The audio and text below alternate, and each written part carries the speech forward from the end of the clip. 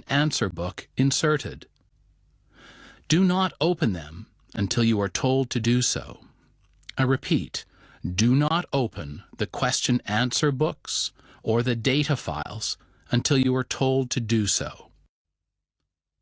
Now write your candidate number in the space provided on page 1 of your Part A question-answer book.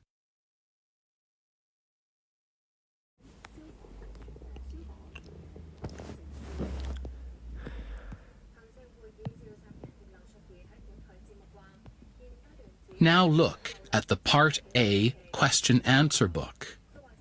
Check that the Part A question-answer book has no missing pages. Look for the words, "End of Part A." Now go on to Part B on the last page.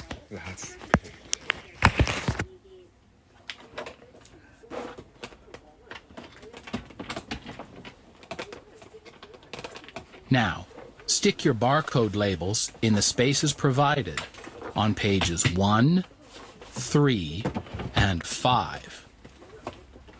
Close your Part A question-answer book when you have finished.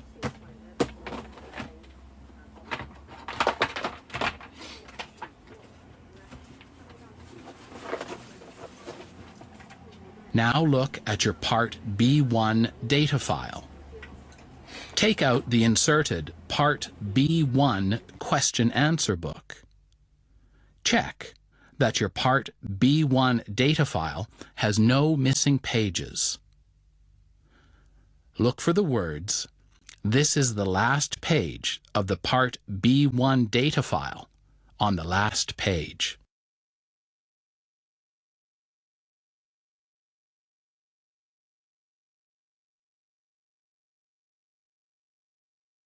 Now write your candidate number in the space provided on page 1 of your Part B1 question-answer book.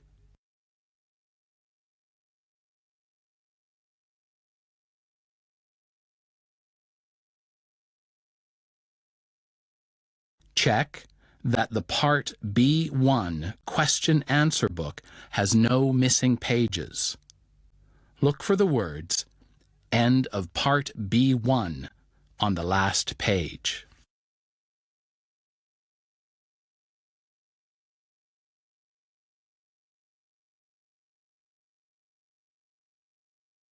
Now stick your barcode label in the space provided on page 1. Close the Part B1 question-answer book when you have finished.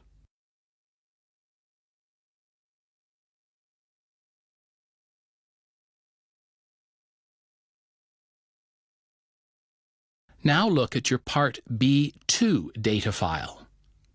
Take out the inserted Part B2 question-answer book. Check that the Part B2 data file has no missing pages.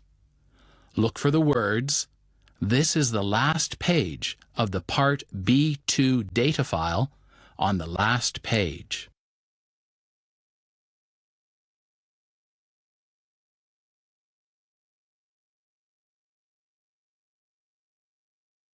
Now write your candidate number in the space provided on page 1 of your Part B2 question-answer book.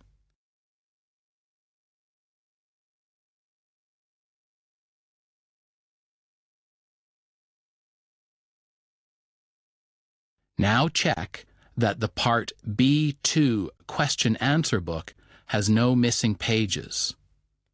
Look for the words, "End of Part B2" on the last page.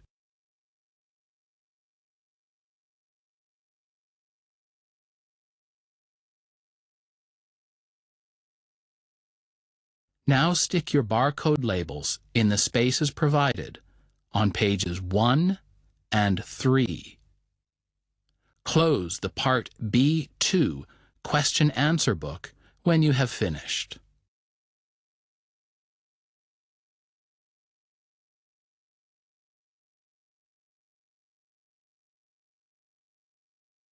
You are reminded that all examination materials will be played once only. This paper is divided into two parts, Part A and Part B. For Part A, you should use a pencil to answer all questions. For Part B, you can use a pen or a pencil. Put up your hand now if you have any difficulties. It is not possible to handle complaints after you have taken the paper.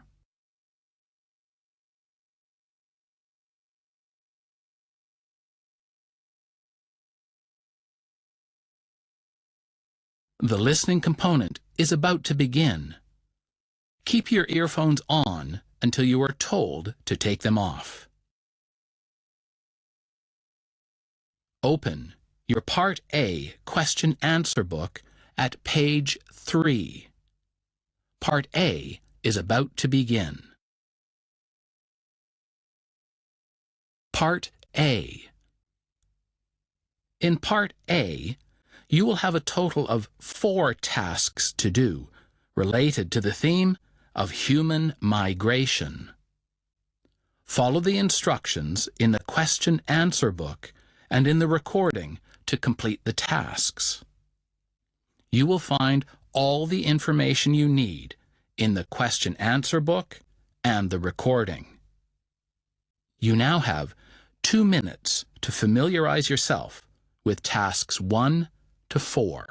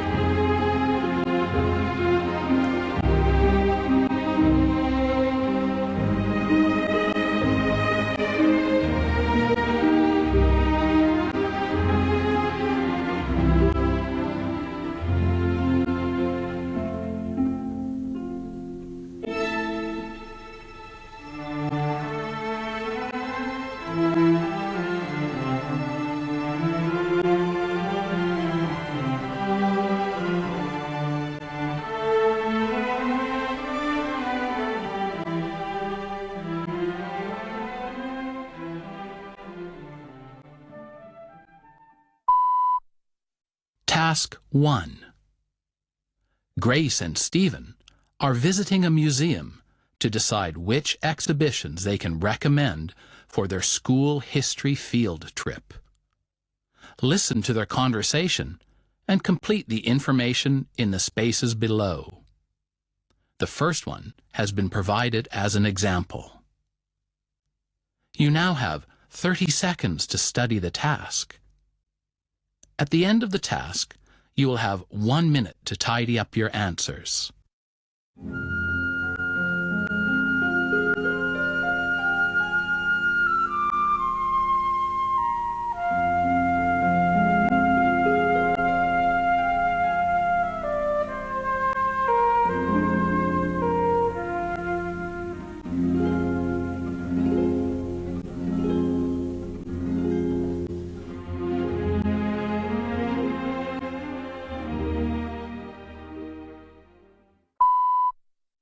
Hi, sorry I'm late. That's okay. So, what have you found out while you have been waiting? Well, it seems they have a big exhibition about the great human migration from Africa. It's on for another few weeks, until the end of April. Sounds good. So, how much does it cost? Well, it's only $50 to enter. I bought us 2 tickets already. Oh, okay. I'll give you the money later. What else did you find out? Well, it's closed on Mondays. Oh, and importantly, we can't take photos. Okay, let me make a note of all this. I've brought my iPad. Okay, so you say we can't go on Mondays or take photos. Right. Okay, but I agree it's a really interesting topic, and $50 seems very reasonable. Plus, if it's on until April 30th, that's perfect for our field trip. Okay, we can go and check it out. Great. Okay, so where are we now? Right. So, we're standing in the Great Hall. Oh, look, there's the exhibition on the Great Human Migration. You see? There, next to the exhibition on early transportation. Where? Opposite the Egyptian room? What? No, on the other side. Where do you see it? I still can't see it. There, look, see the sign. Ah, okay, I see it now. Right, well, let's go and have a look. Have you got my ticket? Here you are. Okay, this looks great. Where do we start? Look over here. Wow. It says that early modern humans lived in Africa for a really long time. Then around 70,000 years ago, they began to migrate from Africa. Right. So apparently, they started in Africa and then they started to move to other continents. And all this happened 70,000 years ago. And how do you think they traveled? There were no cars or aeroplanes back then. Well, it says here they traveled mostly on foot to reach Asia. They needed to use canoes to cross the water to Australia.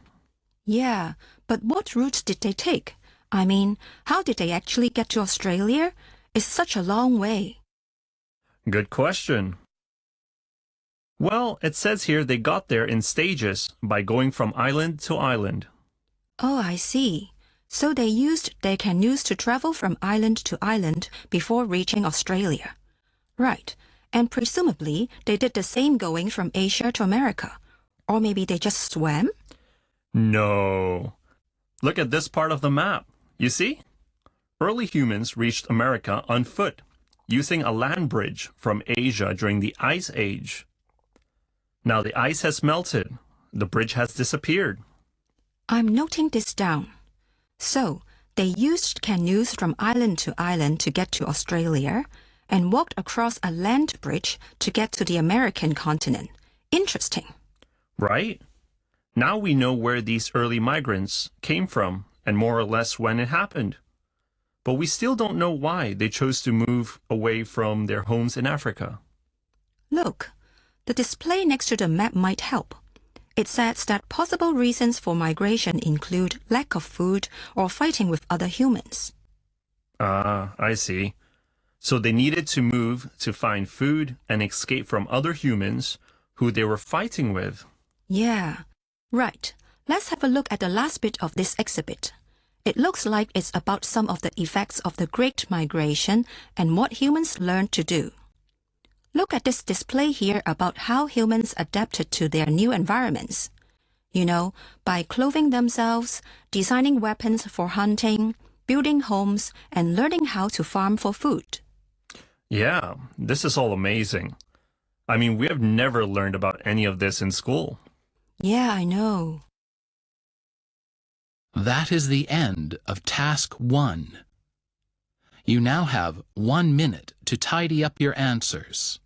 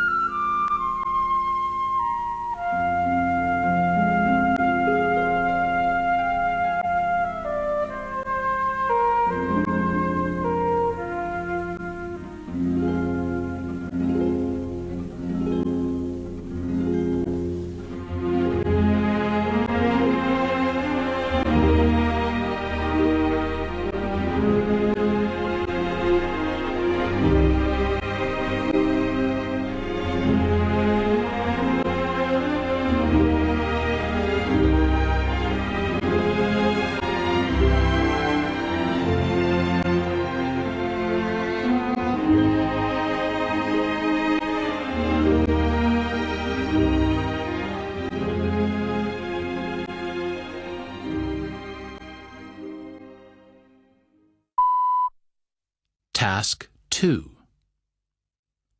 Listen to a lecture from Professor Elsa Larson, an expert in human migration on a famous expedition.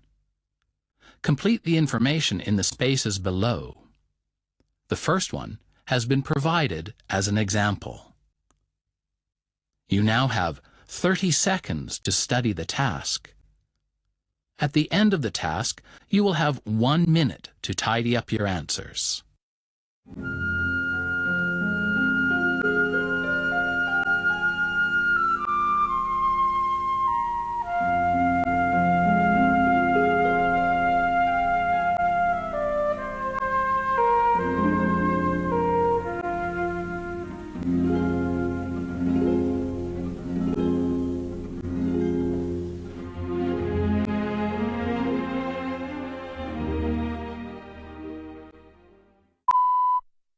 Hello and welcome to today's Museum Experiences lecture, in which I'm going to talk about the Pacamona expedition.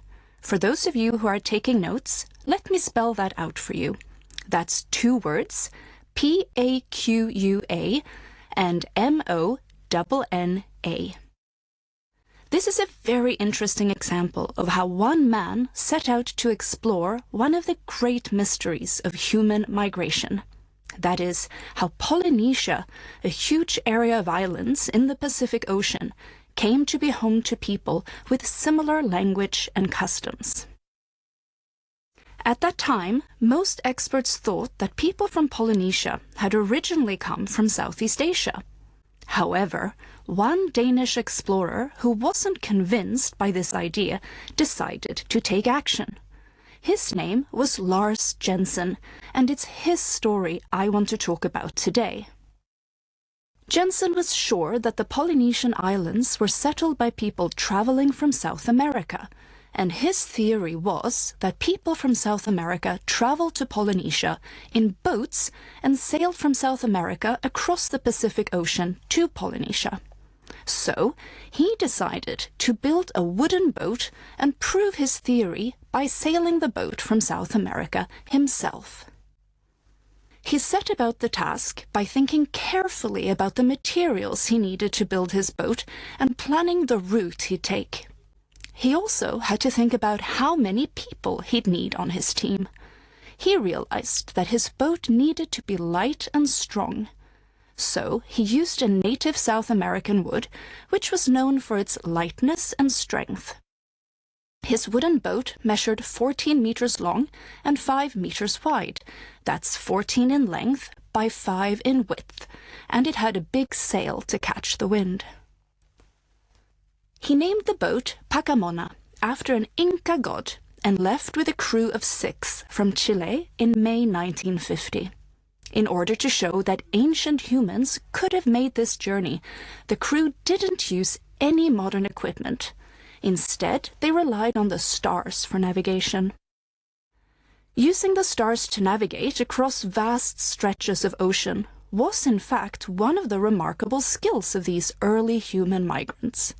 To survive on their journey, Jensen and his crew caught fish for food and drank water from bamboo containers. He also took a journal with him to record the experiences of the journey. They traveled west, using the stars to guide them, and after almost 3 months at sea, sighted land. Unfortunately, a few days later the weather worsened, and there was a big storm for 4 days and nights. The storm caused the crew a lot of problems. They couldn't fish for food, and the bamboo water containers broke, leaving them with hardly any water to drink. Even worse, they lost their sail, so they couldn't go any further. Eventually, they crashed on some rocks and had to be rescued by people from a nearby island. Many scientists continue to disagree with Jensen's ideas, saying that his ideas can't be true because modern Polynesian culture is so different from what you find in South America. An example of this is religion, which is very different in the two places.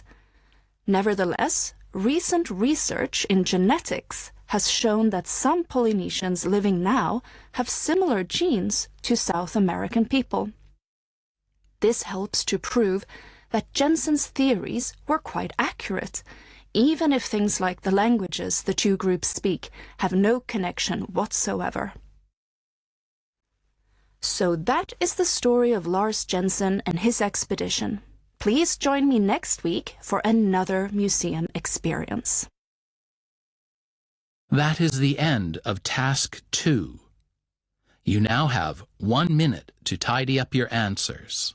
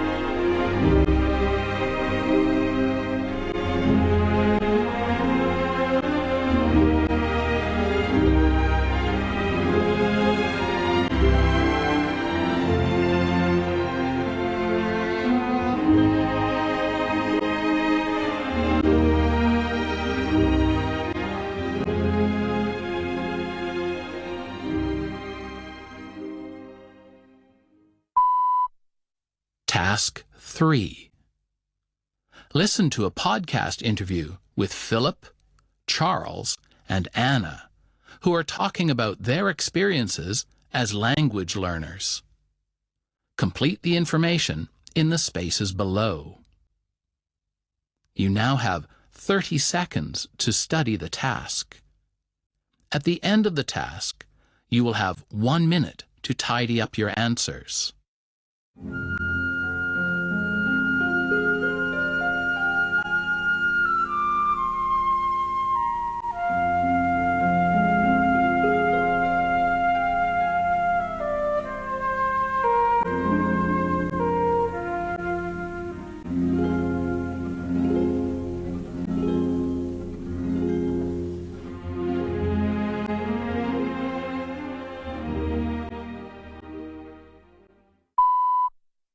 Philip, Charles, Anna, many thanks for joining me on today's language learning podcast, in which we're going to discuss the topic of heritage language learning. First of all, and for all our listeners who may not know what this means, can you tell us, Philip, what is heritage language learning? It's great to be here, thanks. So, I think we all know what language learning is. For example, we learn languages at school, from our friends from other countries, or because we need another language for work. Heritage language learning is a little bit different. Yeah, it's different because it means we're all learning languages that are strongly connected to our cultural backgrounds. I see. So unlike those who just learn a language for work or because they're forced to, you're all learning a language from your cultural background. In other words, your heritage. Charles, is that how you understand it? Yeah, that's right. Like my family migrated to the U.S. from Peru 100 years ago in the 1920s, so that's why I'm learning Spanish. Yeah, I suppose I'm quite similar to Charles, but my family migrated to England rather than the USA in the 1960s. They're a Chinese family from Singapore originally, and so that's why I'm learning Mandarin. So Charles is learning Spanish. Anna, you're learning Mandarin. And Philip, how about you? What language are you learning? My family are originally from southern Belgium, before they moved to Yorkshire in the north of England. So I am learning French. Okay, the south of Belgium, so French. Can I ask then, apart from the strong cultural connection you have, what are some of the other reasons you have for learning your heritage language? Philip, can I start with you? Sure. Well, for me, I was asked to give a speech at my cousin's wedding in Belgium. I learned French at school in England and everything, but I didn't think that was enough. So I needed to improve my speaking and grammar for the big day. Ah, I see. So you needed to impress all your relatives at the wedding. How about you, Charles? Well, I wanted to explore my identity. We all know that language is connected to identity, so I wanted to explore my Peruvian identity through learning Spanish. I guess that's the same for others, is it? For me, it wasn't really about identity, but it was more for speaking with my grandparents back in Singapore. I want to be able to speak Mandarin with them so I can get to know them better. So by learning Mandarin, you can chat with your grandparents. Sounds like a good reason to me. Oh, I almost forgot. How have you all been learning? I mean, what methods have you mainly been using? Anna? I found a language exchange partner where I live who speaks to me in Mandarin. Okay, a language exchange partner seems like a good way to learn. How about you, Philip? I've been learning French with a textbook. This works well for me because I want to learn lots of grammar and vocabulary. Plus, I quite like learning on my own. A textbook, huh? I hope you've found a good one. Charles, what methods have you been using? Well, I have lessons every week with a private tutor. It's expensive, but she's a really, really good teacher. So I'm pretty happy with that. Every week with a private tutor? You must be speaking like a native by now. Okay, so moving on to the next question. What are some of the difficulties you've found when learning your heritage language as an adult? Let's stay with Charles. Well, for me, I'd say the greatest difficulty is learning all the vocabulary. There are still so many words I don't know, but I'm trying to improve by using a language learning app on my way to work. Anna? I use an app as well to help me learn new words, but the biggest problem I have is with reading and writing Chinese characters. So I really need to practice every day, and I do that by writing a daily diary in Chinese. That's a great idea. I'm sure by writing your thoughts down in your diary every day, you can really learn those Chinese characters in no time. How about you, Philip? My difficulty is a bit different from the others, and it's to do with listening. No one in my family speaks much French, so I can't practice my listening with them. Luckily, though, I found a really good YouTube series in French, which I watch every week. It helps me to hear, the natural rhythms of the language. YouTube's really useful for language learners, isn't it? Yes, but you have to watch it regularly, like every week. Otherwise, it's not enough.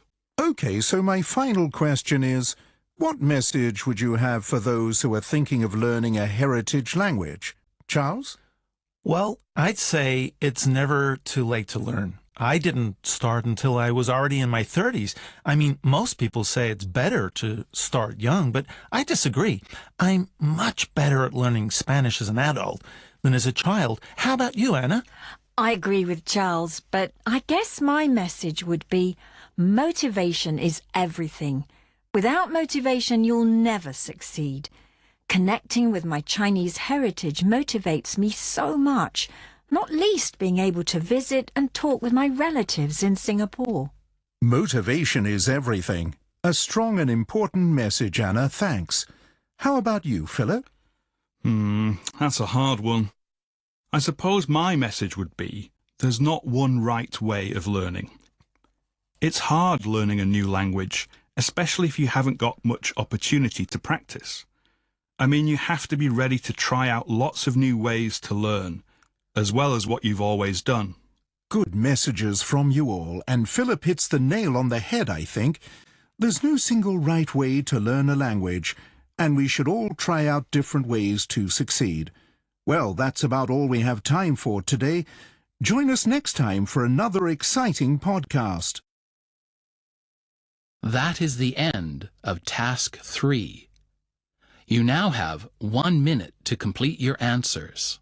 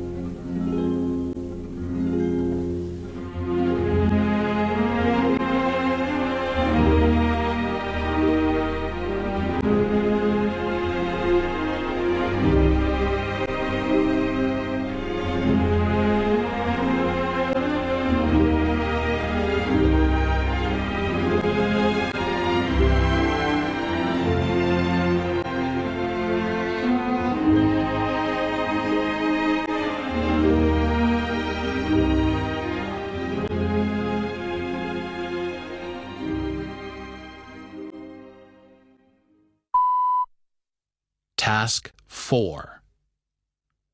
Listen to a radio program about Chunyun, the period where millions of people travel during the Chinese Spring Festival, and answer the questions below.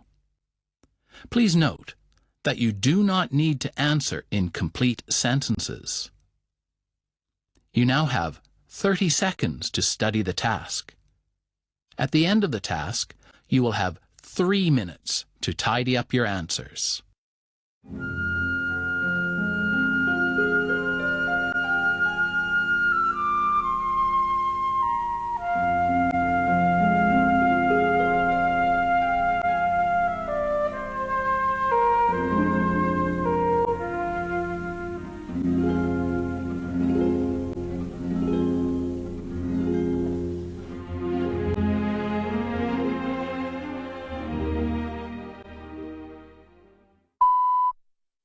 It's a long-held tradition for Chinese people to travel to their hometowns and reunite with their families during the Spring Festival.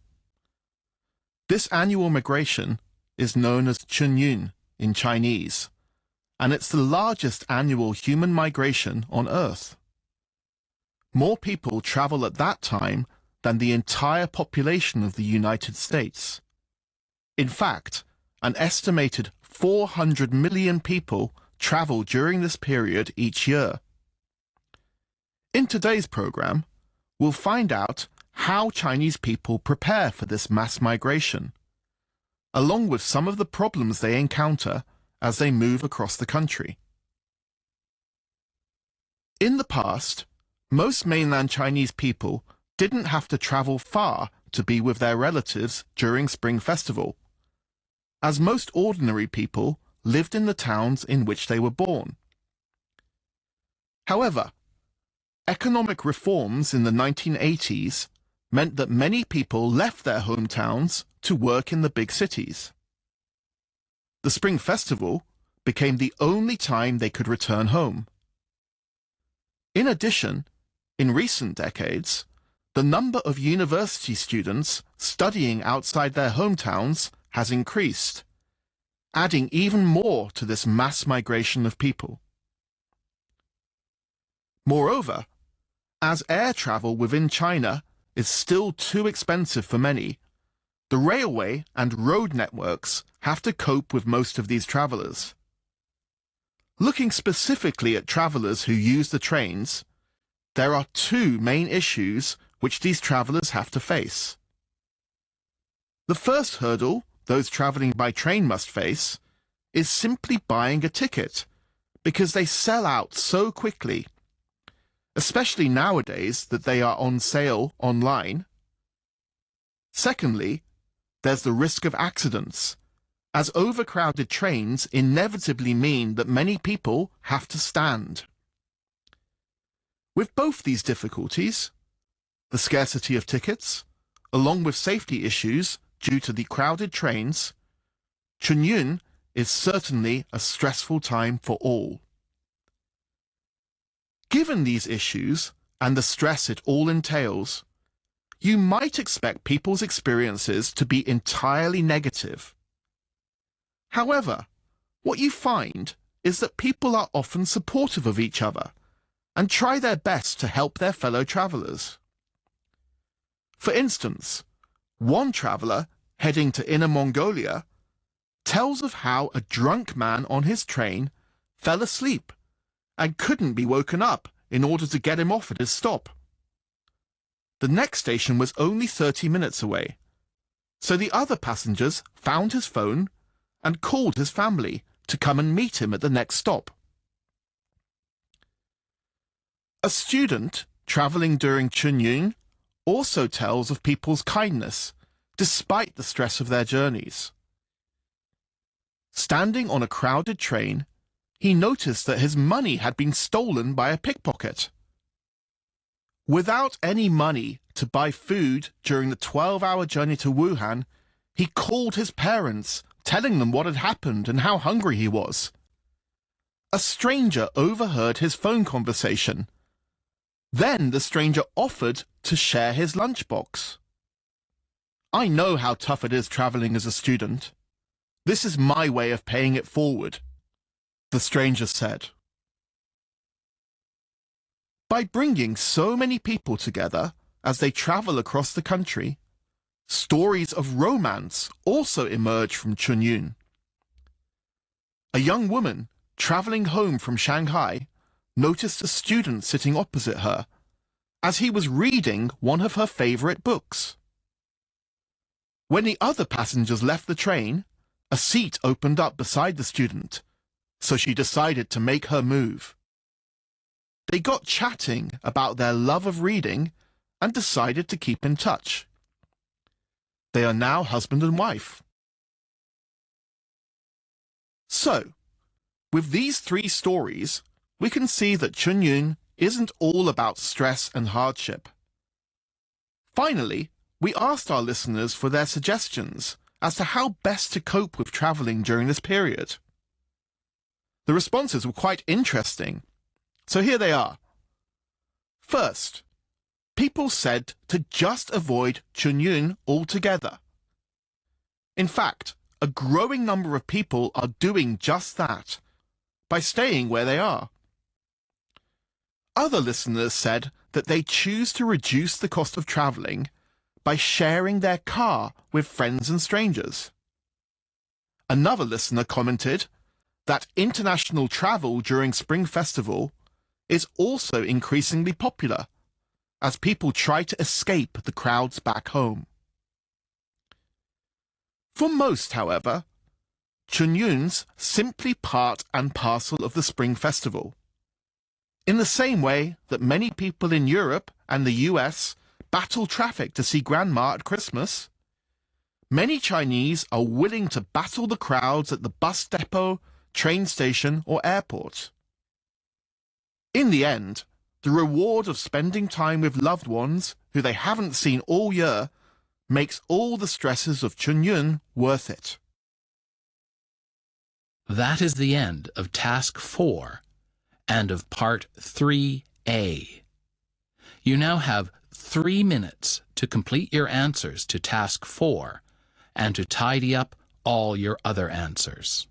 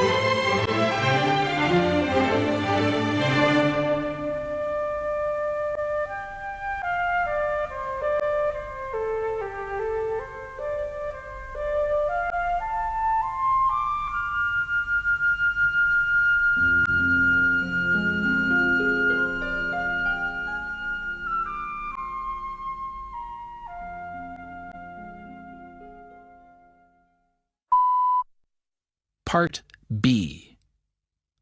Look at page 2 of your data file. Situation. You are Nico Lin. You work for World City Travel, a company which organizes wildlife tours in Hong Kong and around the world. You are a secretary to the manager at World City Travel, Ms. Avery Go. Miss Go has asked you to do some tasks. You will listen to a Zoom meeting between Miss Avery Go, the CEO of World City Travel, Mr. Shane Lee, and biologist Dr. David Atkinson.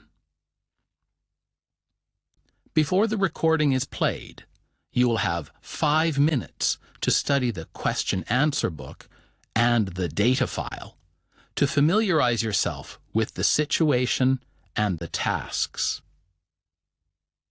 Complete the tasks by following the instructions in the question-answer book and on the recording. You will find all the information you need in the question-answer book, the data file, and on the recording. As you listen, you can make notes on page 3 of the data file. You now have 5 minutes to familiarize yourself with the question-answer book and the data file.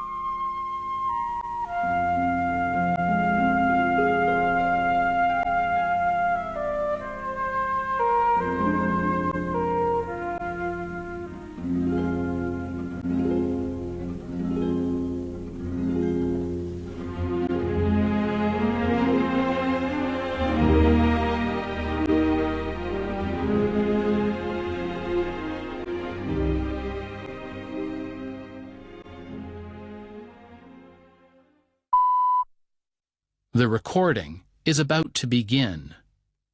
Turn to page 3 of the data file.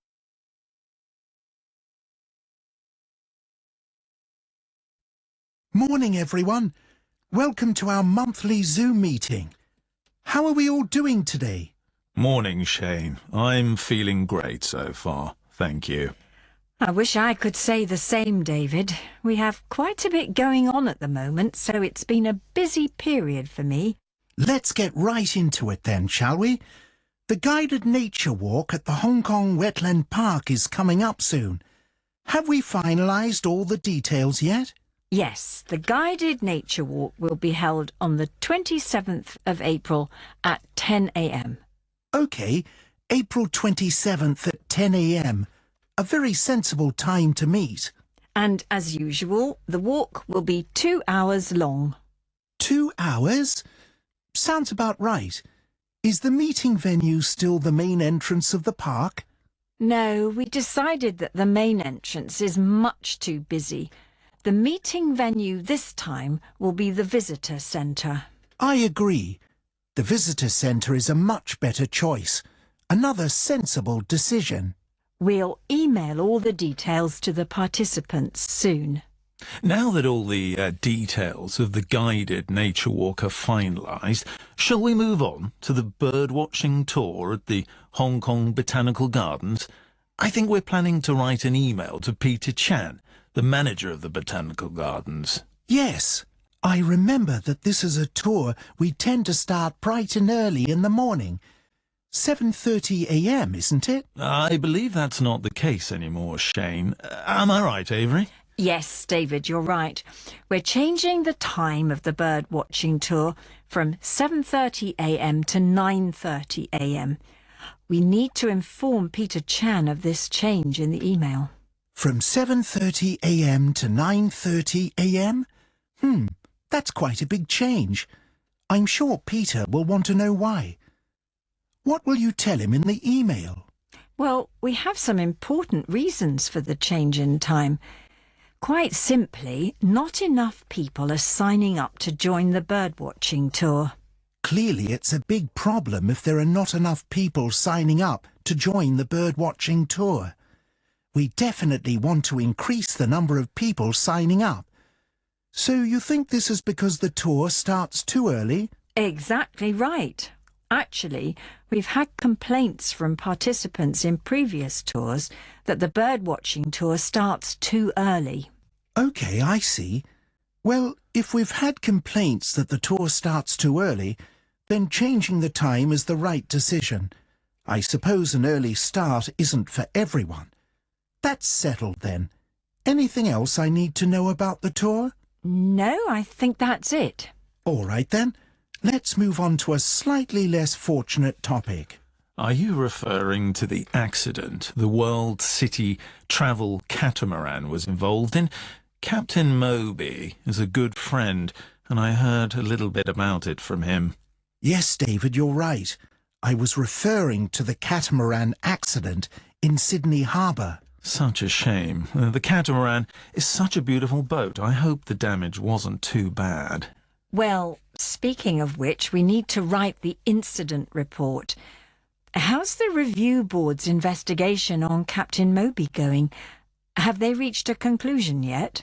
That's the good news. I've been sent the results of the review board's investigation, and the conclusion is that Captain Moby is not at fault. Captain Moby not at fault. He will be so relieved to hear that. That's not all, David. The review board has also insisted that we explicitly mention in the incident report that Captain Moby was extremely professional in handling the situation. Oh, wow. He must have done an amazing job for them to say that. But then, knowing Captain Moby, I'm not surprised.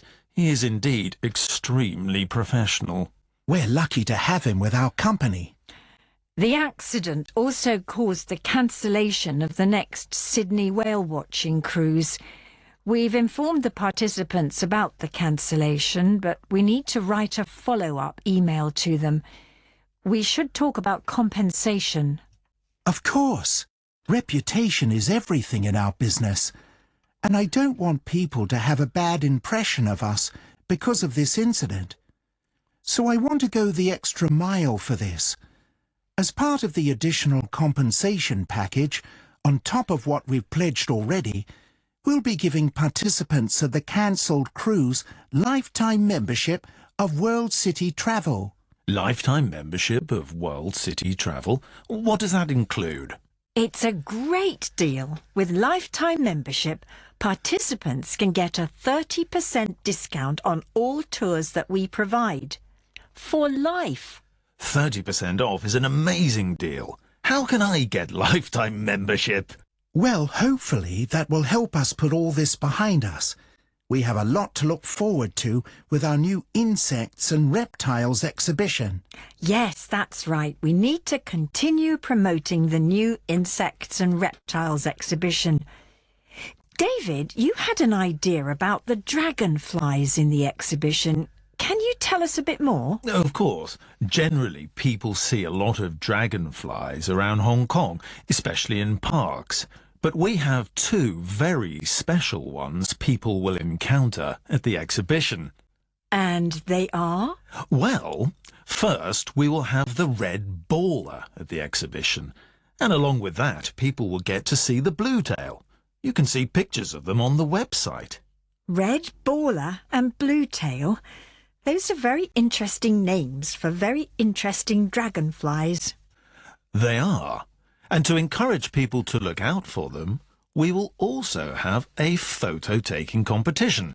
Oh yes, you told me about this photo-taking competition when we were at lunch last week. I think you said the best dragonfly photo wins $500. Yes, that's right. The participant with the best dragonfly photo wins $500. This should add a little excitement for the participants. I didn't know you two were meeting for lunch now. What next? Anyway, there is one last thing I want to talk about before we wrap up the meeting. Our new adventure fishing tour starts soon in Sydney. Last time we discussed adding stops along the route. What became of that, Avery?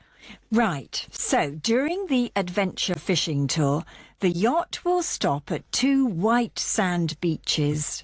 2 white sand beaches? Any particular reason for this choice? Why not on some sort of outlying islands? That's because participants can catch shellfish at these stops. We chose these 2 beaches especially for that. That's very clever, Avery. Choosing places where participants can catch shellfish.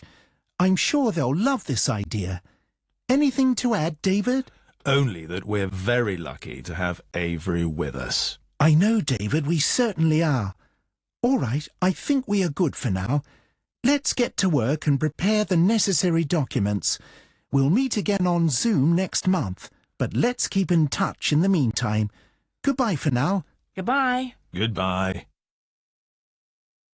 That is the end of the listening component of this paper. You will now have 1 hour and 15 minutes to complete the written tasks in either Part B1 or Part B2. An announcement will be made when time is up. Take off your earphones now and turn off the radio.